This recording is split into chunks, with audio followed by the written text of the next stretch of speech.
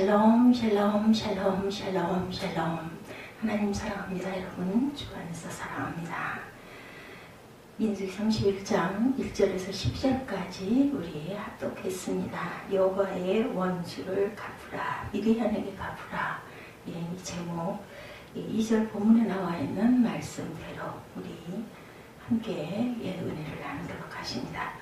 모세가 광야에서 뱀을 든 것 같이 인자도 들려야 하는 이는 저를 믿는 저마다 영생을 얻게 하려 하시며. 요한복음 말씀이죠.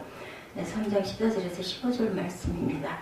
하나님이 이 세상을 이처럼 사랑하사 독생자를 주셨으니 이는 저를 믿는 저마다 멸망치 않고 영생을 얻게 하려 하심이라. 요한복음 3장 16절 말씀이죠.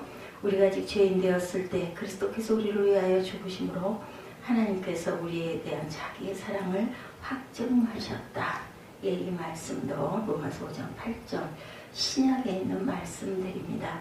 예수 그리스도로 말미암아 하나님의 은혜로 구원받은 우리는 하나님의 사랑을 전하는 전령사들입니다. 이 사랑은 원수에게까지 확대되죠. 그래서 예수님은 원수를 사랑하라고 마태복음 5장 44절에 말씀하십니다. 본문에 미디안을 쳐서 하나님의 원수를 미디안에게 갚으라고 한 것은 우리가 어떻게 이해해야 할까요? 원수를 미디안에게 갚으라. 하나님의 원수는 즉시 갚아야 한다. 첫 번째죠. 본문 31장 2절에 이스라엘 자손의 원수를 미디안에게 갚으라. 오늘 제목입니다. 그 후에 내가 내 조상에게로 돌아가리라. 이렇게 말씀합니다. 미디안 족속은 아브라함의 후처, 그드라의 소생이죠. 창세기 25장 1절에서 4절에 증가합니다. 따라서 이들은 아브라함의 혈통은 분명하죠. 모세는 미디안 백제사장 이드로의 딸 십보라를 자기 아내로 삼아 40년간 처가에서 살기도 했습니다. 미디안을 징벌하는 일이 이스라엘이 가나안 정복의 시작이 되었어요. 그런데 그렇죠. 미디안인들은 이스라엘을 종교적으로 오염시킨 주범이었기 때문인데 하나님은 미디안을 이스라엘의 원수 하나님의 원수로 간주합니다. 미디안을 진멸시키려는 하나님의 계획은 1차적으로 그들이 이스라엘을 오염시켰다. 이 이유입니다. 이보다 더 중요한 것은 그들의 타락과 영적인 부패로부터 이스라엘을 보호하기 위해서이다. 이스라엘의 가나안 정복의 의미가 단순히 영토 확장에 국한된 것은 아니었다라는 거죠. 가나안인의 우상 숭배의 세력을 몰아내고 하나님의 나라 건설이라는 최선의 목표를 달성하기 위해서다. 오늘도 지금 신약의 이 시대 오늘날도 마찬가지입니다. 땅 끝까지 하나님의 복음을 전파하라고 저와 여러분들을 이렇게 은혜로 또한 교회에서 훈련으로 우리에게 그 성령을 주시는 모든 것들이 하나님의 나라의 확장입니다. 하나님의 원수를 미디안에서 갚으라고 하시죠. 그렇다면 여기 미디안의 하나님의 원수된 것은 과연 무엇일까? 미디안 여인들과 음행을 일삼도록 한 미디안인들은 이스라엘의 원수인 동시에 또한 하나님의 원수입니다. 민수기 25장 1절에 이스라엘이 시딤에 머물러 있더니 그 백성이 모압 여자들과 음행하기를 시작하니라. 이렇게 증거되어 있습니다. 이스라엘 자손들은 미디안의 초청을 받아 그들의 산당에 제사를 드리죠. 민수기 25장 2, 3절에 그 여자들이 그 신들에게 제사할 때 백성을 청하매 백성이 먹고 그들의 신들에게 절함으로 이스라엘이 바알보올에게 보속된지라. 여호와께서 이스라엘에게 진노하시니라. 바알보올 우상에게 속하였다. 미디안은 모압과 동맹관계를 맺고 세 번째로 자신들의 영토를 진입하는 이스라엘을 미신의 힘으로 패망케 하려고 합니다. 민수기 25장 4절에서 7절에 백성의 두령들을 잡아 태양을 향하여 여호와 앞에 목매어 달라. 그리하면 여호와의 진노가 이스라엘에서 떠나니라. 이렇게 증거되어 있죠. 모세가 이스라엘 사사들에게 이르되 너희는 각기 관할하는 자 중에 바알보올에게 부속한 사람들을 죽이라 하니라. 이스라엘 자손은 온 회중의 회막문에서 우울 때에 이스라엘 자손은 한 사람이 모세와 온 회중의 목전에 미디안의 한 여인을 데리고 그 형제에게로 온지라. 제사장 아론의 손자 엘르아셀의 아들 비느하스가 보고 회중의 가운데서 일어나 손에 창을 들고 이렇게 나타나 있죠. 이것은 미디안의 모압과 미디안이 모압과 투합하여 선지자 발람의 꾀를 받아 행한 일을 말합니다. 모세는 미디안을 진멸하라는 하나님의 명을 받죠. 각 지파에서 1,000명씩을 선발하여 12,000명의 정예 군대를 조직하기도 합니다. 31장 오늘 보면 4절에서 6절이죠. 결과는 전쟁에서 대승을 거두는 부분이 오늘 본문 7절에서 12절 말씀입니다. 미디안과의 전쟁은 하나님이 허락하신 그러한 성전이다. 하나님이 허락하신 그러한 성스러운 전쟁이다. 마침내 하나님이 명하신 대로 모세는 미디안을 쳐서 그 남자를 다 죽이고 죽인 자 외에 미디안 5 왕을 또한 죽여버립니다. 31장 7, 8절에 그들이 야훼께서 모세에게 명하신 대로 미디안을 쳐서 그 남자를 다 죽였고 그 죽인 자 외에 미디안의 5 왕을 죽였으니 미디안의 왕들은 레위와 세겜과 왕들은 에위와 레겜과 수루와 후루와 레바이며 또 부올의 아들 발람을 칼로 죽였더라. 발람이 여기서 죽습니다. 31장 15, 16절에 모세가 그들에게 이르되 너희가 여자들을 다 살려두었느냐 보라. 이들이 발람의 꾀를 쫓아 이스라엘 자손으로 부올의 사건에 야훼 앞에 범죄케 하여 여호와의 회중에 연병이 일어나게 하였느니라. 이렇게 증거합니다. 그리고 이 아이들 중에 남자는 다 죽이고 남자와 동침하여 사내를 안 여자도 모조리 죽입니다. 아주 잔인하고 피비린내 나는 그러한 장일 수 있죠. 그러나 이것은 하나님의 구속 경륜을 회방하는 사탄의 세력에 대한 하나님의 거룩한 전쟁이었다는 것을 우리가 이해하고 가야 됩니다. 가나안을 바로 눈앞에 둔 이스라엘의 발목을 잡아 죄를 짓게 하고 가나안 땅에 들어가는 것을 막으려는 사탄의 세력이었다. 하나님은 가나안 입성을 앞에 두고 자기 백성을 타락케 하는 죄악의 근원을 제거하기 원하십니다. 이스라엘을 보호하시기 위해 위대한 족장들을 징벌하시죠. 하나님은 용사시다. 출애굽기 15장 3절에 야훼는 용사시니 야훼는 그의 이름이시도로다. 이렇게 증거되어 있습니다. 하나님은 아말렉을 진멸하도록 또 명령하시죠. 사무엘상 15절에서 18절에 보면 또 왕을 길로 보내시며 이르시되 가서 죄인 아말렉 사람을 진멸하되 다 없어지기까지 치라 하셨거늘. 하나님은 자신의 원수를 그냥 절대로 지나치시지 않는다. 로마서 13장 4절에 그가 공연히 칼을 가지지 아니하였으니 곧 하나님의 사자가 되어 악을 행하는 자에게 진노하심을 위하여 보응하는 자니라 했습니다. 계시록 19장 11절에 또 내가 하늘이 열린 것을 보니 백마 탄 자가 있으니 그 이름은 충신과 진실이라. 그가 공의로 심판하며 싸우더라. 이렇게 나타나기도 합니다. 공의로운 심판의 칼을 써야 한다. 예레미야 48장 10절에 야훼의 일을 태만히 하는 자는 저주를 받을 것이요 자기 칼을 금하여 피를 흘리지 아니하는 자도 저주를 당할 것이로다 라고 했죠. 성령을 해방하는 죄는 필경 죽음입니다. 마태복음 12장 31절에 그러므로 내가 너에게 이르노니 사람의 모든 죄와 회방은 사심을 얻되 성령을 회방하는 것은 사심을 얻지 못하겠고 이렇게 증거되어 있습니다. 히브리서 6장 4절에서 6절에 한번 비침을 얻고 하늘의 은사를 맛보고 성령이 참여한 바 되고 하나님의 선한 말씀과 내세의 능력을 맛보고 타락한 자들은 다시 새롭게 하여 회개케 할 수 없느니라고 말씀을 하시기도 했죠. 또한 히브리서 10장 26, 7절에 우리가 진리를 아는 지식을 받은 후 진지 죄를 범한 즉 다시 속죄하는 제사가 없고 오직 무서운 마음으로 심판을 기다리는 것과 대적하는 자를 소멸할 맹렬한 불만 있으리라 이렇게도 말씀합니다. 산상보고는 원수 갚는 일이 잘못된 것이라고 인용하기 쉬운 성경입니다. 그러나 그것은 개인에게 행한 일에 국한되어 있죠. 하나님은 또한 원수 갚는 것을 일시적으로 유예시키기도 하시는 하나님이시기도 하다.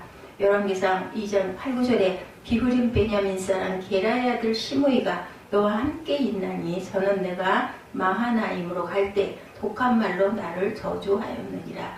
그러나 저가 요단에 내려와 나를 영접하기로 내가 야훼를 가리켜 맹세하여 이르기를 내가 칼로 너를 죽이지 아니하리라 하였노라.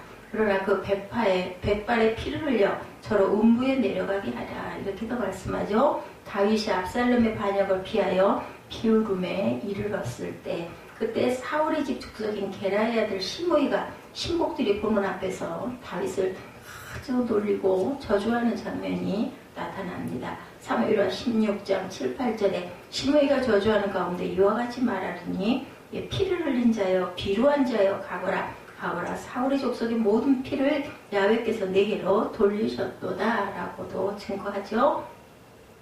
이때 스루야의 아들 아비새가 다윗에게 말하기를 죽은 개가 감히 왕을 저주하니 저의 머리를 베게 해달라고 이렇게 말씀을 하죠. 이 말을 들은 다윗은 그들을 만류하면서 야훼께서 저에게 다윗을 저주하리라고 하셨다고 합니다. 사무엘하 16장 10절이죠. 이때 다윗은 내 몸에서 난 아들도 내 생명을 헤아려 하거든 하물며 이 베냐민 사람이랴 이렇게 말합니다.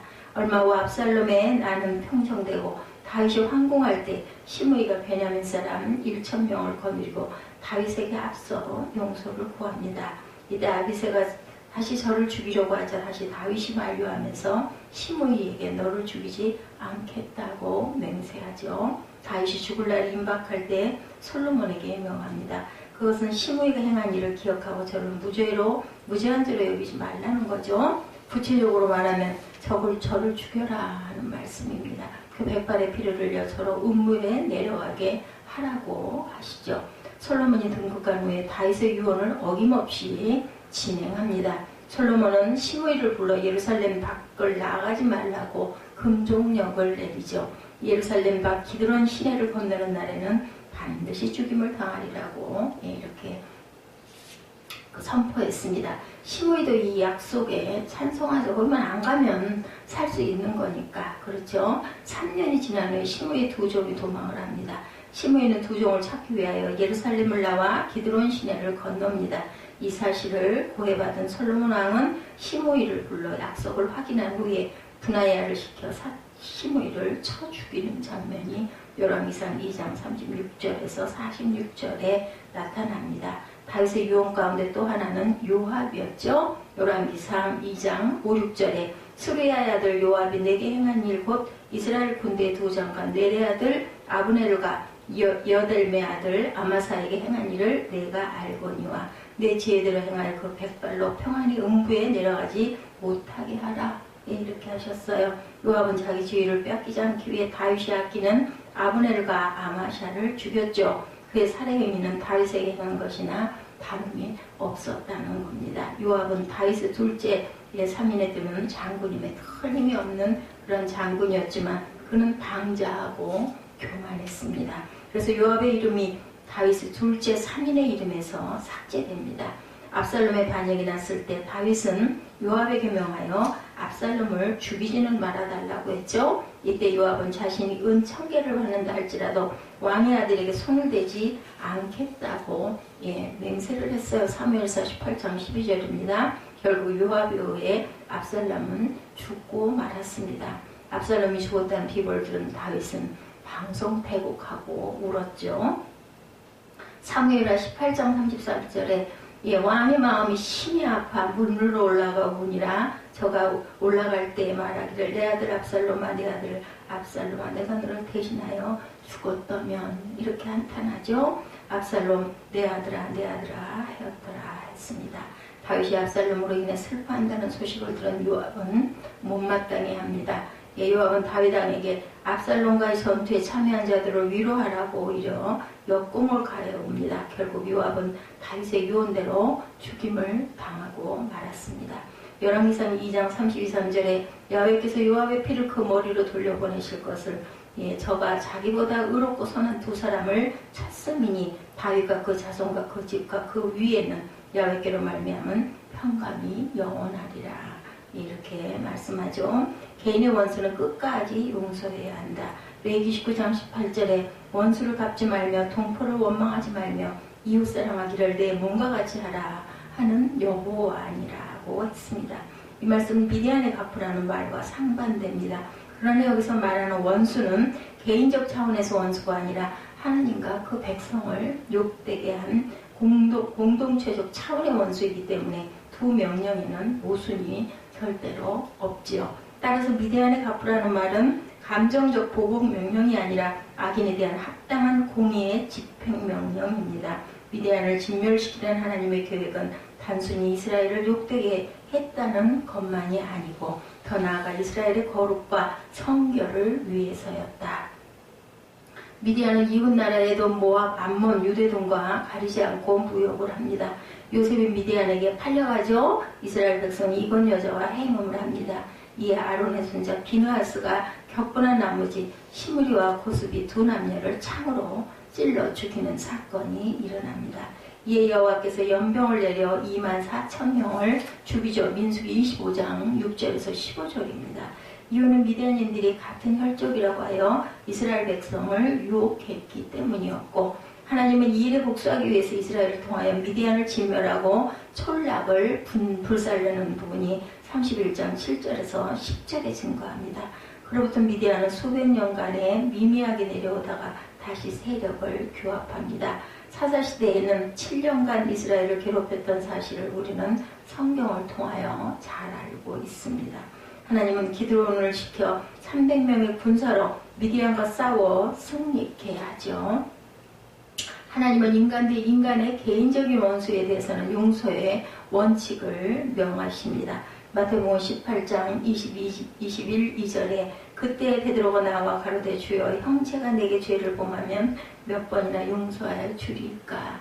7번까지 하오리까? 예수께서 가라사대 내게 이르노니 7번뿐 아니라 70번씩 7번이라도 할지니라고 하죠. 누가복음 17장 4절에는 만일 하루 7번이라도 내게 죄를 얻고 7번 내게 돌아와 회개하노라 하거든 너는 용서하라 하시더라. 회개하노라 하거든이 들어있습니다. 무조건이 아니죠. 잘못했다라고 말하거든 용서하라는 거죠. 화평케 하는 자는 복이 있다고 하죠. 여기가 친히 원수를 갚지 말고 하나님의 진노하심에 맡기라고 말씀하기도 합니다. 마태복음 5장 39절에서 40절에 나는 너에게 이르노니 악한 자를 대적지 말라. 누구든지 내 오른뺨을 치거든 왼편도 돌려대며 또 너를 송사하여 속옷까지 가지고자 하는 자에게 겉옷까지도 가지게 하며 라고 이렇게 말씀을 합니다. 성경적 원리는 개인 자격으로 형제끼리 불신법정에 송사하는 일을 처음부터 금했습니다. 성도가 세상을 심판하는 존재인데 도리어 세상에게 심판을 받아서는 안 된다는 거죠. 이것은 죽이기 전도된 불합리한 것이다. 고린도전서 6장 7절에 너희가 피차 송사함으로 너희 가운데 이미 완연한 허물이 있나니 차라리 불의를 당하는 것이 낫지 아니하며 차라리 속는 것이 낫지 아니하니라 하냐고 말씀하죠. 예, 성경에는 원수가 없는 일과 용서하는 일이 서로 어긋나는 것처럼 보이지만 그러나 서로 모순되는 말씀은 성경에 없습니다. 성경의 저자인 하나님은 이곳에 하신 말씀을 다른 곳에서는 반대로 절대로 말씀하시지 않죠. 구약의 원리는 원수가 없는 것이고 신학의 윤리는 용서하는 것이 아니고 구약의 전쟁이 모두 하나님의 주관하신 거룩한 전쟁이 아닙니다. 하나님은 악한 일을 하라고 명령하시지 아니하시죠. 신약에서는 원수를 사랑하고 용서하라고만 기록되어 있지도 않습니다. 세례 요한에게 찾아온 군인들 우리는 무엇을 하리까 말하죠. 이때 군인을 탈령하라고 하지 않죠. 다만 선행을 하라는 의미에서 사람에게 강포하지 말며 무수하지 말며 받는 요를 족한 줄로 알라, 받는 녹을 족한 줄로 알라. 바울 역시 자기의 군인 친구를 보고 군대를 즉시 떠나라고 안 하죠. 군 복무하는 자에게 오히려 강건하며 하나님을 경외하는 사람이라고 사도행전 10장 1절에서 6절에 말씀합니다. 구약에서 살인하지 말라고 하죠. 이것은 모든 살인을 금하는 것이 아니고 개인 자격으로 지킬 계명입니다. 그렇지만 우리는 같은 시내산에서 받은 율법은 정부가 안식일을 범한 자와 기타 도덕법을 범한 자들을 사형에 처하라고 말씀하죠. 그리고 이스라엘의 원수 곧 아말렉과 전쟁을 할 것을 명령하시기도 했습니다. 다윗은 예, 돌맷돌, 그 물맷돌로 골리앗을 무너뜨리며 이스라엘에 하나님 계신 줄을 알게 하죠. 사무엘상 17장 45절로 47절에 다윗이 블레셋 사람에게 이르되 너를 내 손에 붙이시리라. 내가 너를 쳐서 내 머리로 베고 블레셋 군대의 시체로 오늘날 공중의 새와 땅의 들짐승에게 주어 온 땅으로 이스라엘 하나님이 계신 줄을 알게 하겠고 여호와의 구원하신 것 같이 칼과 창으로 내게 숯불을 그 머리에 쌓아 놓으리라고도 했습니다. 왜냐하면 원수가 없는 일이 사람에게 있지 않다. 로마서 12장 19절에 내 사랑하는 자들아 너희가 친히 원수를 갚지 말고 진노하심에 맡기라고 기록되었을 때 원수가 없는 것이 내게 있으니 내가 갚으리라고 주님께서는 이렇게 말씀을 하셨습니다. 원수가 없는 일은 오직 하나님께만 있죠. 시편 54편 5절에 주께서 내 원수에게 악으로 갚으시리니 주의 성실하심으로 저희를 멸하소서라고도 했습니다. 우리는 원수 앞에 용서하는 무기 외에는 아무런 무기가 없지요. 용서는 곧 하나님의 능력이고 용서의 무기는 바로 복음입니다. 예수 그리스도는 평화의 왕이시고 복음은 원수를 친구로 만들죠. 원수를 혈육보다 더한 관계로 만든 것이 바로 복음입니다. 그리스도인들은 하나님의 말씀인 성령의 검을 자기 검으로 사용하는 십자가의 용병들이죠. 예, 원수된 자가 있을 때 용서하고 복음을 전하는 용기를 달라고 기도하시는 저와 여러분 되시기를 주님의 이름으로 축복합니다. 야훼의 원수는 갚아야 합니다. 그런데 우리에게 원수가 되었을 때는 하나님이 갚으신다고 했죠. 그런데 예, 잘못했을 때, 예, 벗이 잘못했을 때 와서 회개하거든 그를 7번뿐만 아니라 70번씩 7번이라도 용서하라고 하셨어요. 무조건은 아닙니다. 회개하거든. 내가 잘못했다 하고 사과할 때 용서할 줄 아는 하나님의 사랑을 실천하는 저와 여러분들 원수된 자에게 하나님의 나라를 선포할 수 있는 용기를 주시는 하나님을 얼굴을 구하는 저와 여러분 오늘 되시기를 주님의 이름으로 축복합니다. 기도하시겠습니다.